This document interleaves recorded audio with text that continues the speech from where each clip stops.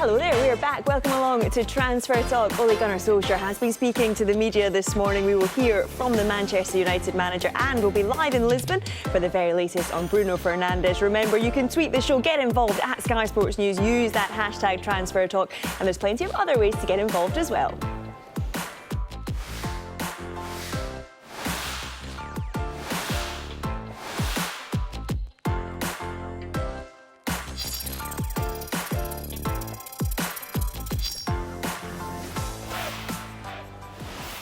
And just a reminder, you can download the latest episode of the Transfer Talk podcast right now. It's available for you on iTunes, Spreaker, as well as the Sky Sports website. But one place to start this lunchtime, that is with Manchester United and Bruno Fernandes. It looks like he'll play in the Lisbon derby tonight, but could it be his final game for Sporting? Well, let's get the latest. We can cross now to Gary Cottrell, who's out in Lisbon for us. And Gary, we know the two clubs are in talks with each other. Are they any closer to coming to an agreement over a fee? Well, things seem to have moved on apace over the last 24 hours. If you believe what's being said here in Lisbon, all the noise really on this coming from Lisbon, Manchester United saying very little apart from confirming that they are working on a deal to bring Bruno Fernandes to Old Trafford. Here's the front page of the football paper here in Portugal. The cover is a cartoon of the two head coaches of Sporting Lisbon and Benfica, head-to-head, face-to-face, eye-to-eye, that loosely translates to. But then inside, there's quite a lot on the Bruno Fernandes situation.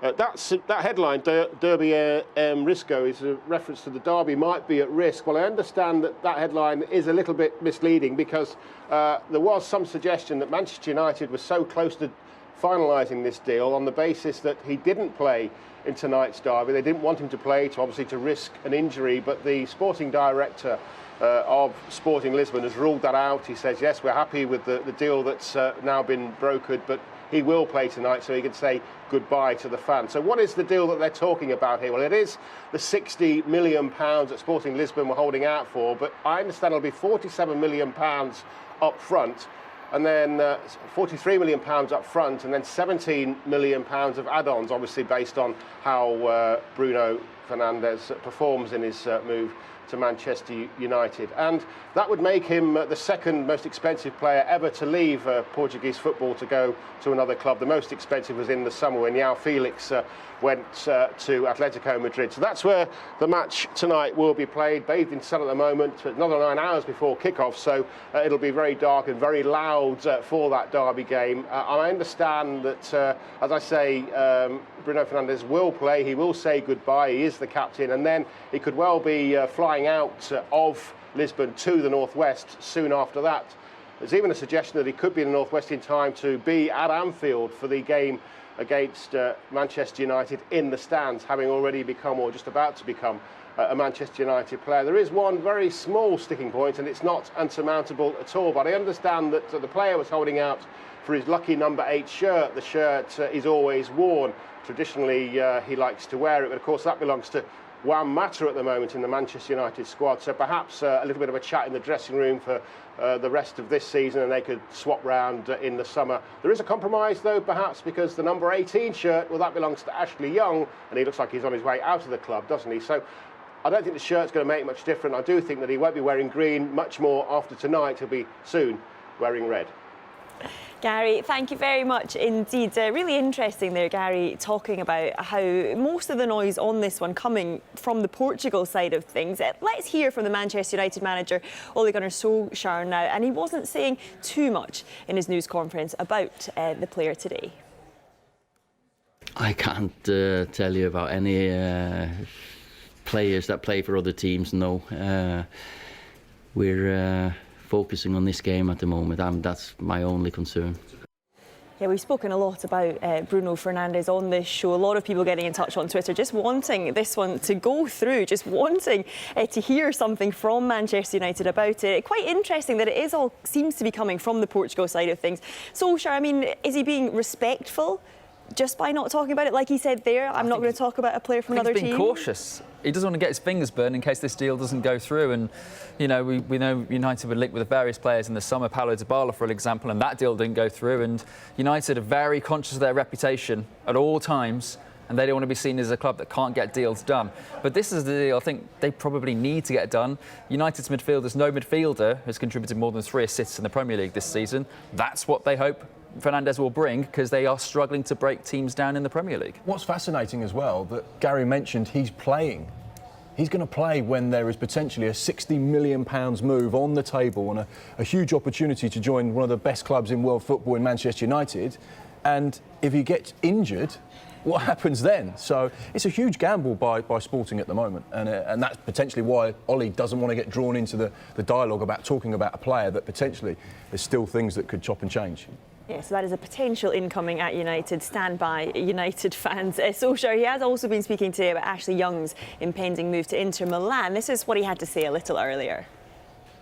For Ashley, you know, he's 35 in the summer, and if he gets a 2-year contract somewhere, I think it's up to him to take that. We weren't ready to offer that. He's been a good servant for the club. He's been captain, he's won trophies, league, cups, but we got players coming through, so it was time now then when Ashley's head and mindset was on, yeah, I want to try this, so why not do it now?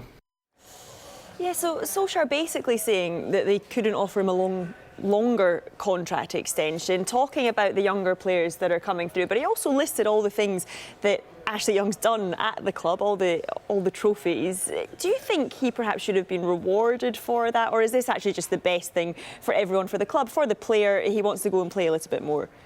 Well, I think in the long run it will probably work out to be the best thing for Manchester United to move Ashley Young on. The hierarchy at Manchester United, I don't think are under any illusions that the transformation of the Manchester United squad isn't going to be now a 1-window job. This is going to be a 3 to 4 transfer window job. There are a number of players that Manchester United supporters would probably like to see leave the club. You're looking at Marcus Rojo, Phil Jones, Nemanja Matic, these sorts of players. Does Juan Mata have a long-term future at Manchester United?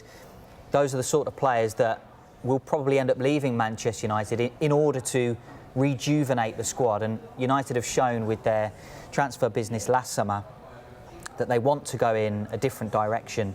They've been looking at younger, certainly in the summer, British-born players.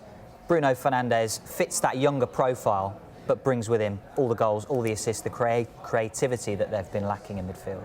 From Young's perspective, Anton, will he get game time at Inter more regularly than he is at United? I think he will. I know they've just gone back to sign a left wing back from Roma, Spinazzola, but I think they will. They've just been playing Christian Biraghi, who's basically in the squad to make up the homegrown numbers. That's not Inter's. Inter basically see that as their weak spot at the moment, as they try and challenge for their first Scudetto for years. So I just think they're going like, let's not take any risks. There's a international caliber left wing back that Conte clearly would trust. They just go, just get him in there now. We are desperate to win that title. There seems to be a bit of backtracking from United, though, with regards to this one. It looked like they were going to offer him a year extension. They seem to have stopped that now. And there's no difference, really. If you think of the year extension, that would have been an 18-month contract. That's what he's getting at Inter Milan now anyway. So you kind of wonder what's happened behind the scenes with Ashley Young. I think it's a good move for Ashley Young, obviously, going to Italy. Obviously, Lukaku's there, Alexis Sanchez is there. Looks like Giroud might follow him as well. So there are players he's going to know in the dressing room. So in terms of bedding in, it will be easy. But I don't know. Flex was here yesterday. I was listening to what he was saying, apart from obviously the United spill. But look, he was saying a lot of important things there. And I think one important thing was experience. They're letting a lot of experience go in Ashley Young, someone that has been at the club nearly 10 years. Ole Gunnar Solskjaer reeled off the trophies he's won. He is a winner at the club. I get long term, he probably isn't in the future. But in terms of the next sort of 6 to 12 months, I mean, he can still do a job for them, if not on the field, in the dressing room and behind closed doors. The thing is, though, with Ashley Young, does he want to be a 34-year-old cheerleader? You know, does he want to be there just to you know, say to the young lads, you're going to be fantastic, remember to do this, come inside, and give them all the tactical advice they need in the dressing room? Or does he want to see out the last few years of his playing career actually playing? And that's always the challenge when you get old. You don't want to just be there to make everyone else better and improve younger players. You want to keep playing because you know it's your final few years, and he's got this opportunity to play at a huge club. And how exciting would that be at this stage in his career? He's played for Manchester United. It's not very often you go to another club that is a bigger club than Manchester United, but certainly within Italian football, within European football, that is a massive opportunity, and it just suits everyone, I think. Solskjaer, he also spoke about Marcus Rashford, expected to miss United's trip to Liverpool on Sunday with that back injury. How much does this emphasise how much United need to strengthen up front now, Addy? I don't think it was a priority. I think the priority was in midfield. There was a lot speaking about maybe getting Haaland in. That deal kind of fell through towards the end. Obviously, he chose Borussia Dortmund. But if you look at the three guys they've got up front, they're scoring goals. I mean, Rashford, Martial and Greenwood have scored 39 goals between them this season, which is more than the favoured three at Liverpool in Firmino, Mane and Salah. So I don't think it's a priority. I think a United team has always had that kind of focal number 9 up front. I think Rashford wants to think he can fit into that position. So I think it's a case of giving him a chance to do that. And I think bringing the striker in now will probably halt the progress of a Greenwood.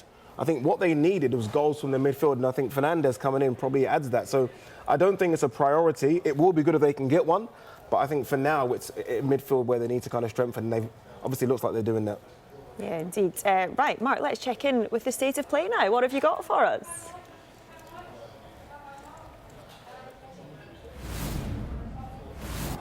Yes, PSG defender Layvin Kurzawa has announced he has changed agents. Widespread reports suggest Arsenal are in talks for the left-back. It is thought PSG are reluctant to let him leave in January, but he is into the final 6 months of his contract. Lille midfielder Boukari Soumaré is leaning towards choosing Chelsea over Manchester United. Jonathan Kodjia looks set to leave Aston Villa in this transfer window, with Qatari side Al Gharafa claiming he will arrive in Doha today. Amiens want to sign Huddersfield's Adama Diakhaby on loan. Blackpool have confirmed that striker Gary Medine has returned to the club on an 18-month contract. And finally, Celtic have reached an agreement in principle to sign Ismaila Soro. Thank you, Mark. Plenty still to come right here on Transfer Talk. Stay with us. We will be live to Crystal Palace's training ground with a member of the transfer team. I wonder if you can guess who it is, who's not here. Plus, we'll have developments from Arsenal and from Chelsea.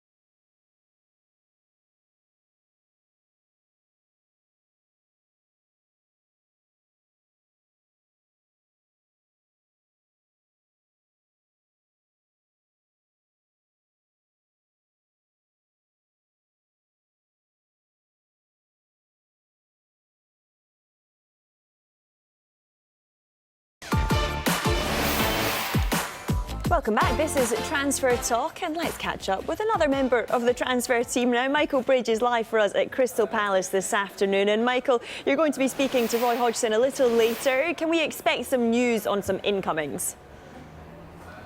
Oh, I really hope so, Joe. I really actually wish I was in the studio at the moment. It is freezing today and there is so much wind. I'm shuddered to think what my Barnet looks like at the moment. But yeah, I'm looking forward to speaking to Roy Hodgson today. They're always busy in January. They always keep me busy here. So yeah, we'll be speaking to Roy in just under an hour's time. Hair looking fabulous, by the way, Michael. Yeah. Michael, we do know one incoming, and that man is Tosun coming up. So he came on against Arsenal at the weekend for his Crystal Palace debut. How's the new man settled in at Crystal Palace? Yeah, he settled in right away, actually. The day he signed, he'd already had a training session, and he's really taken to the club really well. In fact, Palace wanted St Tosun before he joined Everton. So Roy Hodgson was absolutely delighted when he's ended up joining the club. He came on against Arsenal, as you say, and might be hoping for a start now. They are struggling for goals, Palace. I mean, Jordan Ayew's been an absolute revelation since coming back from Swansea, but they do need more firepower. And I wouldn't totally rule out another striker coming here in January. But yes, Tosun is in, he's fit, he's ready, he's trained all week, and he's settled in really, really well. Now, Michael, we know you love a deadline day at Crystal Palace. One window you were on the way home and then had to go back. Another you were locked out of your hotel because of the snow. Are you going to try and convince Roy Hodgson that he needs to get his business done early, or are you expecting it to be all dragged on right to the last knock-ins of the deadline? I'm going to beg him, Mark. I am going to absolutely beg him. I mean, I have to admit, it is exciting, and it's really exciting for the fans as well. Remember speaking to the club, nope, go home, we're done here, go home, get in the warm, thanks very much. I thought I'd wait, just in case something happened, and it did. They got Michy Batshuayi on loan, a fantastic loan spell, it must be said. And I remember finishing up around 2 o'clock, the snow covered my car, went down the road. I had an email around 11 that night to say there's a key under the mat for you. Nice little B&B. I thought, I can't wait for this. Bit of breakfast in the morning. There was no key under the mat. No key under the mat. I couldn't believe it. Could not believe it. After all the work we'd done all day and there was no key under the mat, I had to ring the big bell. They weren't happy with me, the guest house, but they did let me in the end. But all in all, that's what deadline day is all about. We love it. It's fantastic. And I do hope I'm busy for the supporters' sake yet again. Your Barnet's looking great as well there as well, Michael. You're too Michael, kind, everyone. You're too kind. Thank you very much for now. He won't put a hat on it, though, will he? Well, no, he won't. I think he got pizza last deadline day as well, if I remember. He always lucks out that one. Right, lots of you getting in touch on Twitter at Sky Sports News. Use that hashtag Transfer Talk. Jim has got in touch. He says, why do you always talk about the big clubs? What is happening at Southampton? Well, Jim, make sure you check out YouTube. Go to the Good Morning Transfers Transfer Talk episodes on YouTube, because we've actually spoken a lot about Southampton. There was a big chunk on it yesterday as well, so make sure you look that up. But, Mark, tell Jim what is happening at Southampton. Well, Jim, good afternoon. I think everyone watching should remember that every single tweet into the show is read by Chris and Maddie. They are across everything. You want to know what's happening at Southampton? Well, we know that they are interested in 2 fullbacks. The manager, Ralph Hasenhüttl, has been very vocal in his press conferences saying he is keen to make additions to the squad. He put a number on it as well. He did say to me 2. We understand one of them potentially to be Joe Bryant at Fulham. We know that there's been some interest from Southampton in him, as is there's some interest in Kyle Walker-Peters as well. Initially, there was an option potentially for a loan from Tottenham Hotspur, but it's our understanding now that they are looking to make that one a permanent deal. So absolutely interested in 2 fullbacks there. And Jim, we are talking about Southampton for you, my friend. Yeah, we are. And it's interesting because Ralph Hasenhüttl, I mean, he's done a great job in recent time. We speak about the difference a week can make, the difference a game can make, a difference a few games can make. And it's true that Southampton, they've got out of trouble, and this has surely got to impact what they do in this window. Yes and no. I think what has happened is that the return to form means that there's less pressure on Southampton in this window. Southampton have always maintained, from what we're told anyway, that they would go into the market, but they're under no pressure to go into the market. If the right player's available, they will go and do it. And I think what's happened with the return to form now, it means that there's less pressure on them to do so. If they were struggling still towards the bottom end of the table, there would be a lot of noise, probably from more so from outside of the club, putting more pressure onto Ralph Hasenhüttl and the board to go out and get players done. We've talked as well on the programme about players potentially leaving. Che Adams was one that came under a lot of speculation, Leeds looking at him. But we've been told categorically that he's not going to be leaving the club this summer, this January. And one player to keep an eye on as well, Yannick Vestergaard. We reported back in December that Werder Bremen were interested in re-signing Vestergaard. That was according to our colleagues at Sky in Germany. He played for them in 2015-16. Would anything move on that towards the back end of the window? Maybe one to keep an eye on, but not expecting significant outgoings from Southampton. It's a transitional time for the club as well. They've historically had a lot of big earners, big players on big wages, and the new boss, one of his remits was to use more players from the academy and reduce the wage bill. And they're just going towards the tail end of getting some of those high earners out of the club. So we're expecting potentially one or two possibly could leave, not players that they're keen to keep at the club, but certainly in the summer, this is part of the end of a big transformation for Southampton. Yeah, OK, Jim, hope you're happy with that. We've been told throughout this window, of course, that Arsenal won't be spending a significant amount of money this month. However, Mikel Arteta is still looking at potential targets, could make a move if the deal is right for the club. And Anton, they're being linked with a PSG defender. They are, Layvin Kurzawa, the left-back. And it's an interesting one. He's another one who's out of contract in the summer. And he's changed agents this week, which, you know, probably players change agents 2 or 3 times during their careers, but this is ahead of effectively trying to get himself out there ahead of a move either now or this summer. Now, as you said, Arsenal don't particularly want to spend big this January. However, he's a player that they can talk to now, and before they can sign him for the summer. But also, you know, clubs do deals for players that are out of contract. L'Equipe reporting that they could potentially do a deal if Paris Saint-Germain get around between 5 and 7 million euros. So interesting to see whether Arsenal want that, or, you know, we're happy to wait to the summer. They obviously have 2 senior left-backs in Kolasinac and Tierney, although both have had their injury problems. So's Layvin Kurzawa, though. He's been at Paris Saint-Germain since 2015. He's never played more than 20 games in a season for them in the league. That, I think, says a lot. It's not really what Arsenal fans want to hear. Just one thing I want to pick up on there. You don't change agents if you're happy. And it was quite interesting. We had Jermaine Pennant on Good Morning Transfers. He stayed with the same agent throughout his whole career. He got the moves he wanted, he played where he wanted, he got the opportunities he wanted, and he was happy. So no need to change. And that's quite interesting what you say there. He's changed agents. That normally means I want the move. Big clue. You can see what Arsenal looking at him, though. I mean, relatively young still, French international, and they could get him for nothing, really, at the summertime. Or they can go now and, PSG want 5 million euros. 5 to 6 million euros. So you can understand why it's good value for money as well. So, look, they're having problems at left back. Kolasinac has played there. Tierney's played there. He could bed that position down and make it his own. He could. But what we have been consistently told during this transfer window is that Arsenal would not be making signings that need significant investment. Would this be seen, Kurzawa, as significant investment? Maybe not. So it could happen. Yeah, and you touched on it there, Addy, the need for a left-back or not. Should this be the position that they are prioritising if they were going to bring in a player? Absolutely. If they were going to significantly invest? No. More a bit further towards the centre of the park. I think, obviously, we've touched on Jerome Boateng a lot in this transfer window so far, and that hasn't happened. That's where they need, I think, to strengthen. I mean, they're okay right and left back. I know Maitland-Niles has come in, but, I mean, if they can get Bellerin fit, if they can get Tierney fit, the problem is they could sign this lad here now. He comes in, Tierney gets fit, then what happens? Yeah. And that's the problem. So I think they need to look more in the centre of the park rather than looking at right or left back. Yeah, Arsenal fans, let us know what you think. Where would you like to be targeting? Let's move across to Chelsea now, though. They've held talks over signing Lille midfielder Boubakary Soumane. Anton, bring us up to speed with this one. Chelsea not looking like his only option here. No, we understand that Manchester United are also interested in him, but the player at the moment seems to be leaning towards a deal with Chelsea.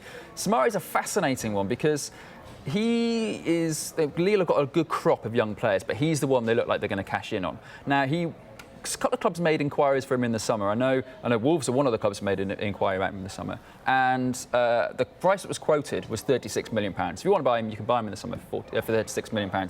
And clubs obviously said, no, that's way too much money. Only 5 Ligue 1 starts. This season, he's made that centre midfield spot his own. And he can kind of do a bit of everything. He's good in the tackle. He physically puts in the yards. He's box to box, but is happy to sit there as well. So he's that kind of... I mean, it's so difficult to find a really good holding midfielder or player that can hold, and that's why a lot of clubs are looking at him. So it's really interesting to see now He's played, what, half season, 14 games, and his value's pretty much doubled. So, I mean, that's how valuable that, that's how much he's gone up in value. So I think it's going to be really interesting to see what happens over the next few months. He's still a little raw in places. He got sent off for a little bit of a late tackle earlier on this season, but his game has, you can see week in, week out, and playing in the Champions League's helped his development over the season. That's why huge clubs are drooling over him. And that could be the issue in this window. You talked about the price that clubs were quoted over the summer and the fact that it might be double that now. We're talking Nicola Pepe money. This isn't small change. Yeah. Are clubs prepared to spend that amount of money in a January window, which is notorious for not that many huge deals going through? There has been obviously some in the past, but it's not tended to be the time where clubs have splashed out big sums of money.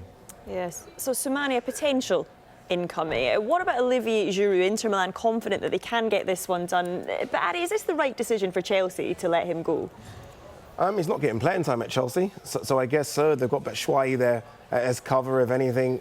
He wants to go as well. He wants to get playing time. The Euros are coming up. He needs to force his way back into that French squad. This is a deal that probably will get done before the end of the January transfer window. Chelsea and Inter Milan were kind of away from each other in terms of evaluation. Chelsea wanted 5 million, Inter were prepared to offer 4. I think now they are moving towards that 5 million. You must just expect this deal to get done after the Ashley Young deal. A lot has been done about the Ashley Young deal. That deal looks like it's crossing over the line now. You expect the Giroud one, and then you probably expect the Eriksen one to go after that. So, look, it's a great deal for Giroud, I think. 2.5-year contract. At his age now, 33. My only question is, Alexis Sanchez is there, we know that. Lukaku's there as well. Lautaro Martinez is there as well. So where does he fit in? It's almost like you're going from one place where you don't get much football to another place where I think he's going to struggle for football as well. But I can understand why he would kind of wrap up that 2.5-year contract and have a chance to win the league title as well with Inter Milan. Yeah, well, as soon as we have any news on any of these ones that you just listed them off there, the ones that we're expecting to go through, stay with us. We will bring you any as soon as we get it. Next up, we will have the latest from the EFL with a roundup of transfer news, and there's interviews as well from Steve Bruce and Eddie Howe. That's on the way for you.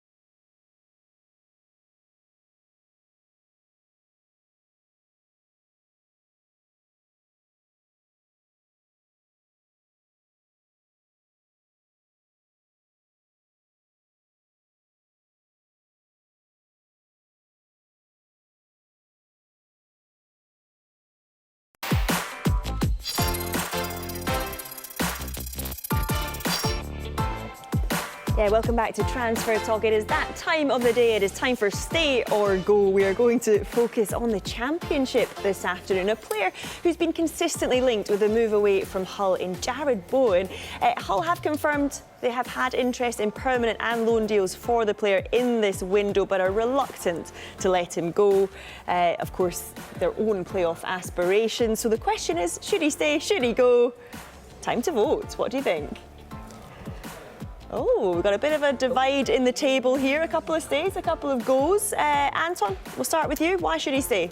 No offence to Jarrod Bowen. I know he's had a couple of fantastic seasons in the Championship, but I do feel if he goes to a... You want to Fantastic season. 2.5.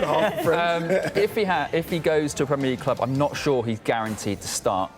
Carry on the great form, have a full pre-season with the team, and then potentially go and join the Premier League. I think he's onto a good thing at Hull. They haven't given up on the playoffs just yet either. So, look, he will get his Premier League move. You don't need to be in a hurry all the time. OK, I like it when we can have a little bit of a rally across the table. So let's go to you, Mark. Why should he go? This is a big decision and a tough decision to make, really, because I watched him just a few weeks ago, and this is without question his best season in his career. He has been absolutely superb for Hull City this season. The goals he has got has been instrumental, and he's one of those players. He's deceptive because you watch him in a game and you think, what's he contributing? But then he comes up with a piece of magic. He scores a winning goal. He does something brilliant. He's so good at coming, his movement in and around the box. He comes off the line. He gets some space at the back stick, and he's clinical in front of goal. And that's what you're buying. You're getting someone who can score goals. Now, if he can score goals in the Championship, there's half a chance he can score them in the Premier League. But there's only one way to find out. Give him the opportunity. And it's interesting as well because of his contract. He's out of contract in the summer, but has an extension option which is going to be triggered by the football club. So he will be at Hull for a minimum of this season plus next season, unless they decide to do some business. He's a player that's being monitored by a number of clubs in the Premier League and the Championship, but whether he gets the big move, we'll just have to wait and see. Yeah, we will indeed. But Dave, you think he should stay as well? He's changed his mind. Yeah, Look for at now. him. Is it? Have I convinced you? I know I said in the pre-show meeting go, but I've changed my mind. I've changed my mind. Now, OK, I feel like yesterday was a significant day in the transfer window. I didn't count them all myself, iScout did it for me, but 27 moves were completed yesterday across all the leagues in England. 25%, a quarter of all of January's deals so far were done in one day yesterday. So has he missed the boat already? Only Brentford and Barnsley have a younger average age than Hull City in the league this year. They are a young team who are still improving. They are 11th, 3 points off the top 6. Stay, see out the season, score a bag load of goals, potentially get in the playoffs. Why move to a middling to lower Premier League side where you might be embroiled in a relegation battle and potentially even end up back in the Championship next season? Stay and maybe even get promoted.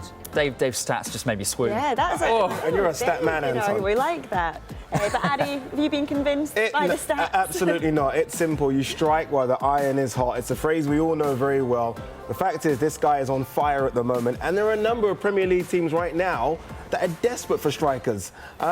Villa might need a strike. There's loads of Premier League teams right now that are desperate for strikers. This guy clearly scores goals, and that's all he does. He's just a goal scorer. You're not going to get much else from him, but he'll put the ball in the back of the net, and I think that's why he should go. He's at a good age, 23. If it was his first season doing well, we'd understand, but this is 2.5 seasons now. He's proven in the Championship. Take that next step to the Premier League, and I think he'll do well when he does it. And just a quick word on Grant McCann as well. He's done a great job at Hull City under very difficult circumstances. We know how tough it is when you get relegated from the Premier League. You've got to trim the wage bill, and he's been doing that, and he's got a team playing really well, and like you say, potentially in for the playoffs. Yeah, I mean, we often do this, or we always do it from the player's perspective in terms of should they stay, should they go for their own sake. But what about if we did it from the club's perspective, I guess, from Hull's perspective? I mean, surely they need this player to stay. Money talks. That's, effectively, if the club comes in with £20 million, Jarrod Bowen's going to the Premier League. It's that simple, isn't it? So he will have a fee, and I think that fee will be between 15 and 20. Will get him out of the door. But yeah, obviously, Hull do want to make the playoffs, but they're pretty much reliant on him to do so. Yeah. Right, Dave, you're going to make your way over to the SkyPad because we are going to focus a little bit more on all things EFL, and you can bring us up to speed with a few goings-on in the EFL. Absolutely, and no doubt we'll be talking much more about Jarrod Bowen as the window continues here at Sky Sports News. But let's take a look at what else is going on around the EFL. Millwall have completed the signing of Ryan Woods on loan from Stoke. The midfielder returns to London, where he made his name with Brentford. French club Amiens want to sign Huddersfield's Adama Diakhaby on loan. Huddersfield are also looking to move on Belgian forward Isaac Mbenza this month, so keep an eye on that one. Middlesbrough have signed Macedonian goalkeeper Dejan Stojanovic from Swiss club St Gallen. Stojanovic has signed a 3.5-year deal. He replaces Darren Randolph, who left Middlesbrough to join West Ham this week. Brentford are trying to sign Slovakia striker Robert Bozanek from MSK Zelina. The 20-year-old has become their top centre-forward target in this window. He scored 3 goals and made 4 assists in the Slovakian top division this season. Bolton have announced the signing of defender Brandon Fleming from Hull City on loan until the end of the season.